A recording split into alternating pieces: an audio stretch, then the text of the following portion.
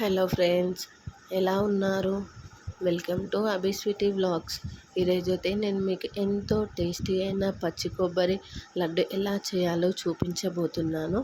దానికి కావలసిన పదార్థాలు: పచ్చి కొబ్బరి తురుము, 1 table spoon of ghee, 1 table spoon elaichi powder and బెల్లం.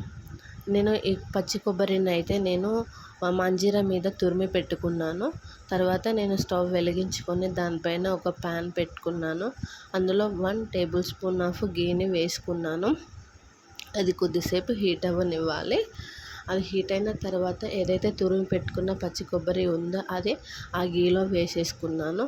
మనం ఒక 5 మినిట్స్ వరకు వాటిని లో ఫ్లేమ్లో పెట్టుకొని వేయించుకుంటే సరిపోతుంది.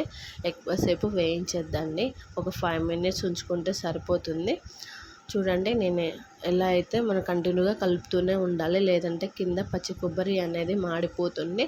5 మినిట్స్ తర్వాత నేను ఆ పచ్చి కొబ్బరిని అన్నిటిని వేరే ప్లేట్లోకి సర్వ్ చేసుకుంటున్నాను.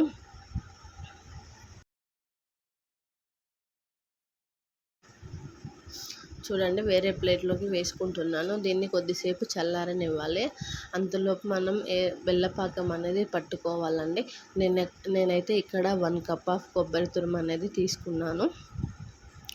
సో 1 కప్పు కొబ్బరి తురిమికి మనం 3/4 కప్పు బెల్లం వేసుకుంటే సరిపోతుంది. నేను కొంచెం స్వీట్ మేము ఎక్కువ తింటాం కాబట్టి నేను 3/4 కప్పు కంటే కొంచెం ఎక్కువ బెల్లం వేసుకున్నాను. దాంట్లో ఒక చిన్న గ్లాస్ ఆఫ్ వాటర్ అనేది వేసుకోవాలి. పాకం రావాలి కాబట్టి బెల్లం కరిగేటట్టు కలుపుతూనే ఉండాలి. మనం బెల్లాన్ని కరిగించుకోవాలి. ఇది చాలా టైం తీసుకుందండి. బెల్లం అనేది కరగడానికి నాకు చాలా టైం తీసుకుంది. లో ఫ్లేమ్లో పెట్టి కరిగించుకున్నాను. సో బెల్లం కరిగాక ఇలా ఉంది. దీంట్లో నేను 1 టేబుల్ స్పూన్ ఆఫ్ గీని వేసుకున్నాను. అలాగే ఇలాచి పౌడర్ నేను దంచి పెట్టుకుంది కదా, దాన్ని కూడా ఇందులో వేసేసుకోవాలి పాకంలోనే. ఆ పాకంలో నెయ్యి వేయడం వల్ల, ఇలాచి పౌడర్ వేయడం వల్ల చాలా టేస్టీగా ఉంటుంది. అందుకని నేను వేసేసుకున్నాను. సో ఇప్పుడు పాకం వచ్చే వరకు వెయిట్ చేయాలండి మనము. సో తీగ పాకం రావాలి దీనికోసమని. అప్పుడైతేనే కొబ్బరి లడ్డు అనేది చాలా సాఫ్ట్గా ఉంటుంది మనకి. మరీ ముదురు పాకం కూడా తీసుకోవద్దు, కొబ్బరి లడ్డు అనేది గట్టిగా అవుతుంది. నేను తీగ పాకం వచ్చే వరకు వెయిట్ చేస్తున్నాను. చూడండి ఎలా అవుతుందో. ఇప్పుడు మనం తీగ పాకం వచ్చిందో లేదో ఒకసారి చెక్ చేద్దామండి. చూడండి, తీగ పాకం అనేది వచ్చింది.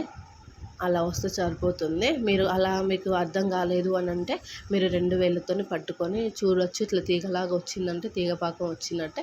ఇప్పుడు ఏదైతే మనం వేయించి పెట్టుకున్న కొబ్బరి తురుము ఉందో దాన్ని ఈ పాకంలో వేసి కలుపుకోవాలి. ఒక 2-3 మినిట్స్ ఏంటంటే పాకంలో కొబ్బరి తురుము అనేది మంచిగా ఉడికితే ఏంటంటే కొబ్బరికి కూడా మనకు బెల్ల పాకం అనేది పట్టుతుంది. అప్పుడు టేస్టీగా ఉంటుంది. అందుకని చెప్పి నేను అంతా ఒకసారి కలుపుకొని ఒక 2-3 మినిట్స్ వరకు నేను స్టవ్ మీదనే ఉంచుకున్నాను.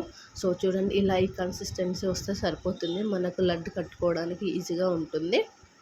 ఈజీగా లడ్డు వస్తుందండి. సో అయిపోయింది. ఇప్పుడు నేను వేరే బౌల్లోకి సర్వ్ చేసుకున్నాను. దాన్ని నేను ఒక చిన్న ముద్దలాగా ఒక లడ్డులాగా కట్టుకున్నాను. చూడండి ఎంత బాగా కనిపిస్తుందో, ఎంత జ్యూసీగా ఉందో కొబ్బరి లడ్డు అనేది.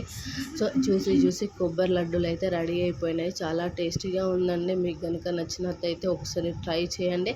And like, share, subscribe to my channel.